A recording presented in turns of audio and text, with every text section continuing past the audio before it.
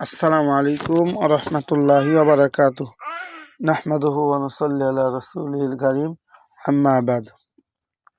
সম্মানিত দ্বীনি মুসলিম ভাই ও বন্ধু, নামাজ আল্লাহ তাআলার হুকুম। আপনি আমি দুনিয়াতে যা কিছুই করি নামাজ আমার পড়তেই হবে। কিয়ামতের মাঠে সর্বপ্রথম নামাজের হিসাব হবে। দেখেন, আপনি ব্যবসা বাণিজ্য কাজ কাম যাই করেন, আল্লাহর হুকুমে যখন সময় হবে, যখন মুয়াজ্জিন আজান দিবে, আমরা চেষ্টা করব 5 ওয়াক্ত নামাজ জামাতের সহিত মসজিদে আদায় করার। হযরত আবু তালহা একদিন বাগানে নামাজ পড়তেছিলেন। হঠাৎ একটি পাখি এদিকে ওদিকে উঠতে লাগলেন। নামাজের মধ্যে তাহার দৃষ্টি পাখির দিকে লাগিয়া গেল। এই জন্য তিনি সেই বাগানে আল্লাহ রাস্তায় দান করে দিলেন। দেখেন, আবু তালহা রাদিয়াল্লাহু আনহু কেমন সাহাবী ছিলেন। তার বাগানে সে নামাজ পড়তেছে। নামাজ পড়ার কারণে তার চক্ষু অথবা মনটা এই বাগান থেকে অন্যদিকে চলে গেছিলেন নামাজ থেকে। তাই তিনি কি করলেন, পুরা বাগানটা আল্লাহ রাস্তায় দান করে দিলেন।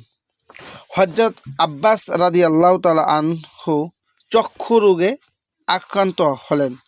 চিকিৎসা স্বার্থে ডাক্তার বলিলেন, আপনি 5 দিন জমিনে সেজদা না দিয়ে কোনো উঁচু জায়গায় সেজদা দিবেন।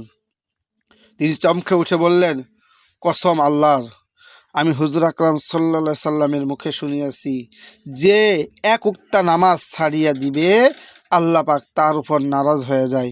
তিনি আর চক্ষু অপারেশন করাই নাই, একটি মাত্র নামাজের জন্য তাহার সারাটা দুনিয়া কোরবান করে দিয়েছিলেন। দেখেন সাহাবীরা কেমন আত্মত্যাগ ছিলেন। চক্ষু দেখতে পারতেছে না, ডাক্তার বলছে আপনার অপারেশন করতে হবে। আর এই সাহাবীরা চিন্তা করে দেখলো কি, যে আমি যদি এখন চক্ষু অপারেশন করি, ডাক্তার বলছে আমি 5 দিন পর্যন্ত সেজদা দিতে পারবো না। না, আমার সেই চক্ষুর প্রয়োজন নাই। আমি কি করব, আল্লাহকেই রাজি এবং খুশি করার জন্য আমি কি করব, আমি অন্ধই থাকবো। আমার সেই চক্ষু আর প্রয়োজন নাই। আল্লাহ পাক কোরআনে বলেন, অত্তিনি অজাইতুন অতুরি সিনিনা ওয়াহাজাল বালাদিল আমিন লাকাদ খালাকনাল ইনসানা ফি আহসানি তাকওয়িম।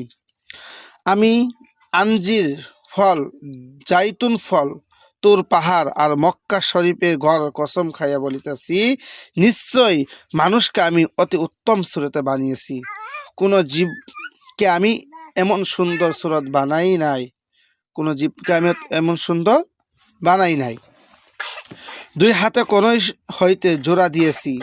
2 হাত উঠায়া নামাজে নিয়ত করিবার জন্য কোমরে জোড়া দিয়েছি। রুকুতে যাইবার জন্য হাঁটুতে জোড়া দিয়েছি। তোমার কপাল যখন সেজদায় যাইয়া জমিনে মিলাইয়া বলবে সুবহান রব্বিয়াল আলা, সুবহান রব্বিয়াল আলা, তখন আমি মাওলা সইতে পারি না, তখন আমার নূর তোমার কপালে নিচে বিছাইয়া দেই। সুবহানাল্লাহ। কোন জীবের কপালে মাটিতে লাগাবার শক্তি দেই নাই, কারণ মানুষ ছাড়া অন্য কোনো মাখলুকাত থেকে আমি নামাজ চাই নাই, সাজ্জা চাই নাই। তোমার কপালখানা আমার জন্যই খাস করিয়ে রাখিলাম। অথচ আমি আল্লাহ তোমাকে ফজরে ডাক দিলাম, তোমাকে আমি পাইলাম না। জহরে ডাক দিলাম, তোমাকে পাইলাম না। আসরে ডাক দিলাম, পাইলাম না। মাগরিবে ডাক দিলাম, পাইলাম না। এশায় ডাক দিলাম, পাইলাম না। তোমাকে আমি কোন কাজে লাগাইব? তোমাদেরকে দুজকে আগুনে জ্বালাইতে আমার লাকড়ি কাজেই লাগবে। এছাড়া বান্দা তোমার আমার কোনো কাজে লাগবে না। তোমাকে আমি সারাদিনে 5টি বার আমি তোমাকে ডাকলাম, আসো বান্দা, তুমি কি আমার হুকুমগুলো মানো? তুমি একটা হুকুমও তুমি মানো নাই, তাহলে আমি তোমাকে দিয়ে কি করব? কিয়ামতের মাঠে আমি তোমাদেরকে শুধু জাহান্নামে খড়ি বা লাকড়ির জন্য আমি তোমাদেরকে ব্যবহার করব। কোরআনে পাক আল্লাহ তাআলা ঘোষণা করেন, ওয়াকুদুহান নাসু ওয়াল হিজারাতু উইদ্দাত লিল কাফিরিন।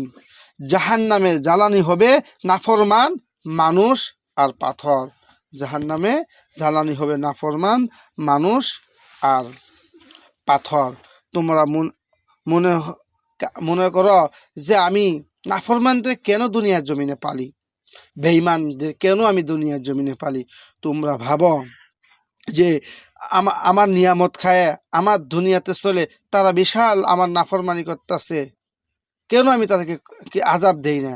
কেন তাদেরকে আমি দুনিয়া থেকে শেষ করে দিই না? আমি একটা কথাই বলতে চাই যে তোমরা যখন বাড়ির আঙিনায় তোমার পাশে মান্দারে গাছ লাগাও, সেই মান্দারে গাছ তোমাদের কি কাজে লাগাও? এই মান্দারে গাছ তো কাঠ হবে না, এই মান্দারে গাছ তো কোনো ফার্নিচার হবে না, তাও তোমরা কেন যত্ন করে পালো যে এটা যখন মোটাটা হবে, বড় হবে, আমি এটা দিয়ে কী করবো, কেটে লাকড়ি বানাবো, এটা দিয়ে আমি আগুন জ্বালাবো, এই নিয়তে তোমরা মান্দারা গাছটা পালো।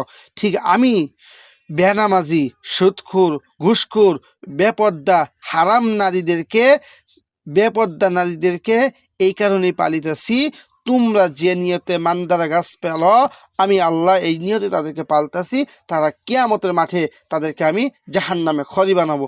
সকল মুসলমান ভাইদেরকে বলবো, আসেন ভাই, এই পর্যন্ত যারা আমরা নামাজ কাজা করছি, আল্লাহর কাছে তওবা করি, মাফ চাই, এখন থেকে শুরু করি, আমরা যেন সঠিকভাবে আল্লাহ তাআলার হুকুমগুলো মানতে পারি এবং হুকুম মেনে কবরে যেতে পারি। আল্লাহ তাআলা আপনাকে, আমাকে, সকলকে যেন সঠিক বুঝটা দান করে আর মহান আল্লাহ তাআলার হুকুমগুলো মানা তৌফিক দান করেন। সকলে বলেন আমিন। আল্লাহ তাআলা আমাদের সকলের সহায় হোক। আসসালামু আলাইকুম ওয়া রাহমাতুল্লাহি ওয়া বারাকাতুহু।